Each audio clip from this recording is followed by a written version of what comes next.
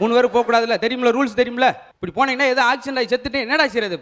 இல்லைங்க, கடவுள் எங்கள் கூட இருக்காரு. ஓ 4 பேர் போகிறீங்களா நீங்கள்? உண்டங்கடா ஃபைன் அப்படின்னு பேங்கில் போய் சொன்னேன்னு சொன்னாங்க. செக்கு யாரில் பேரில் போட? மனைவி பேரில். அக்கௌண்ட் பேயின்னு போடுங்க.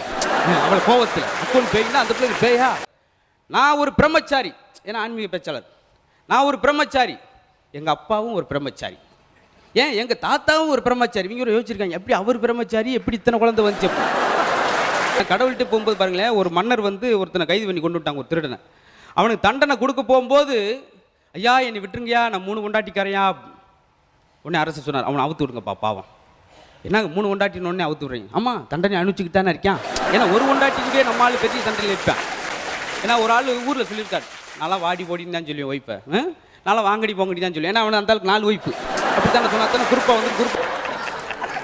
கடவுளுக்கும் காதலுக்கும் என்ன வித்தியாசம் தெரியும்?